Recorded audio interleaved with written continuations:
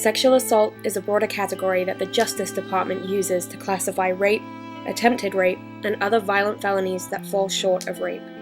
Rape is defined as forced vaginal, oral, or anal penetration. Penetration may be by a body part or an object. 1 out of every 6 American women, 17.7 million, have been the victims of an attempted or completed rape in their lifetime. About 3% of American men, or 1 in 33, have experienced an attempted or completed rape in their lifetime.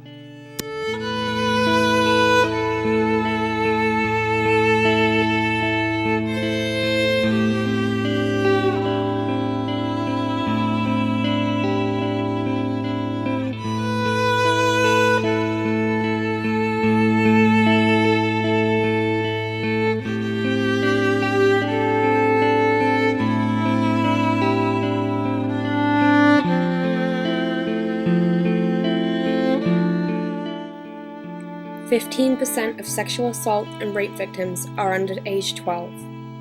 29% are aged between 12 and 17, 44% are aged under 18, and 80% are under age 30. 12 to 34 are the highest risk years. Girls aged 16 to 19 are 4 times more likely than the general population to be victims of rape, attempted rape, or sexual assault. 7% of girls in grades 5 through 8 and 12% of girls in grades 9 through 12 said they had been sexually abused.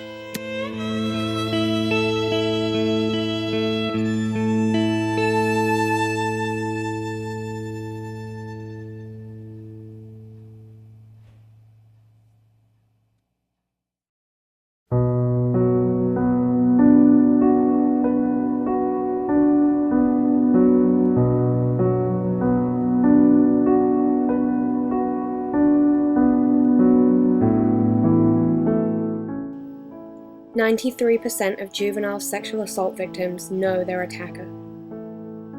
34.2% of attackers were family members. 58.7% were acquaintances. Only 7% of perpetrators were strangers to the victim. Victims of sexual assault are 3 times more likely to suffer from depression, 6 times more likely to suffer from post-traumatic stress disorder,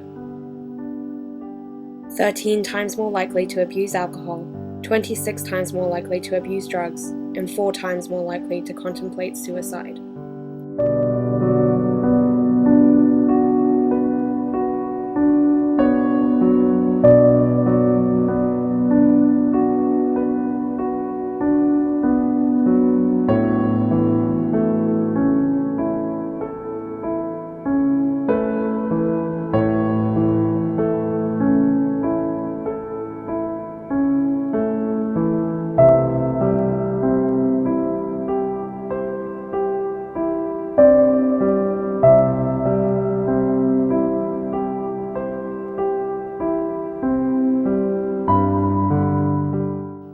Almost 2/3 of rapes were committed by someone known to the victim. 73% of sexual assaults were perpetrated by a non-stranger. 38% of rapists are a friend or acquaintance. 28% are an intimate, and 7% are a relative.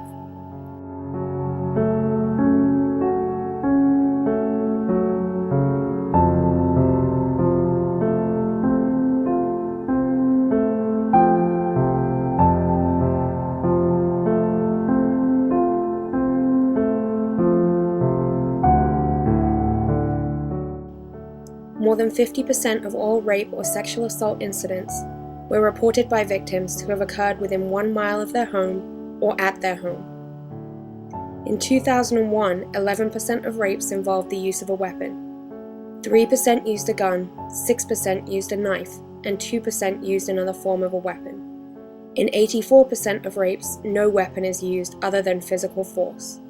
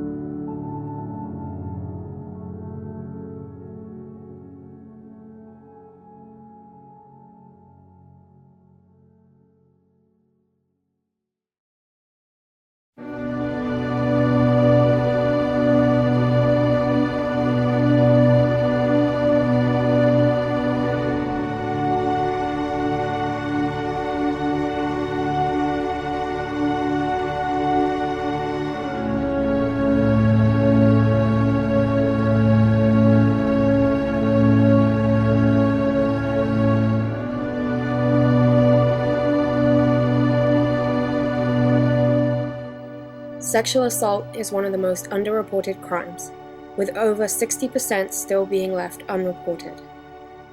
Men are the least likely to report a sexual assault, though they make up about 10% of all victims.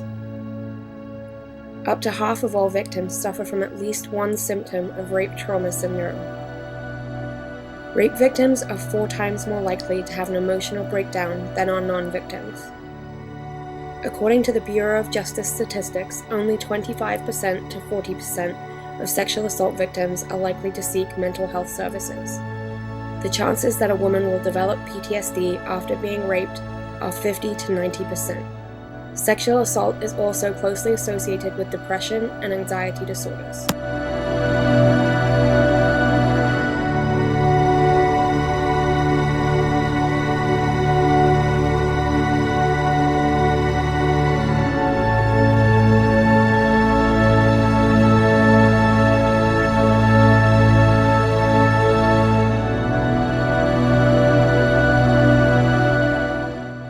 Many victims cannot or have not accepted their experience as a sexual assault.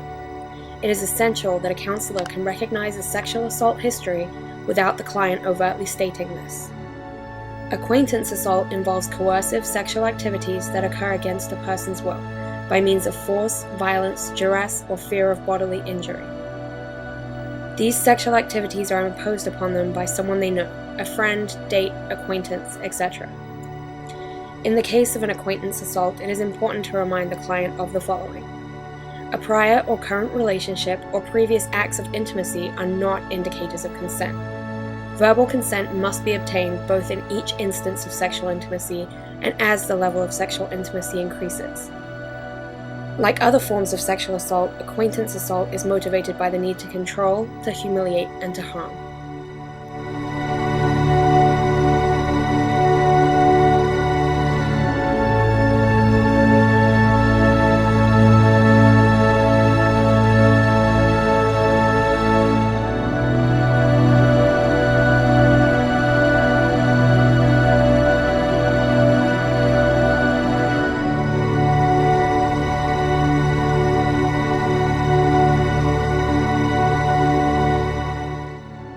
Despite the violation and the reality of the physical and emotional trauma, victims of acquaintance assault often do not identify their experience as sexual assault. Instead of focusing on the violation of the sexual assault, victims of acquaintance rape often blame themselves for the assault. Due to the perpetrators being known to their victims, they are often someone with whom they regularly come into contact with. Thus, victims of acquaintance sexual assault often have to encounter their assailants after the rape. Fear of such encounters can cause increased distress and humiliation for the victims. Social norms put pressure on many of us to be polite and passive. Relying on these norms, many victims of such assaults may have suppressed feelings of fear and discomfort in an attempt not to be rude. There are generally 3 stages to an acquaintance sexual assault. First, intrusion. An attempt by the offender to violate the victim's personal space and level of comfort. They may draw close by revealing personal information or through accidental touches and stares. Second, desensitization. This occurs when the victim feels comfortable with the offender and has come to regard intrusive actions as no longer, or at least less, threatening. The victim of desensitization may well feel uneasy, but convinces him or herself that the feeling is unfounded. Third, isolation. The offender uses the victim's trust to isolate him or her from others.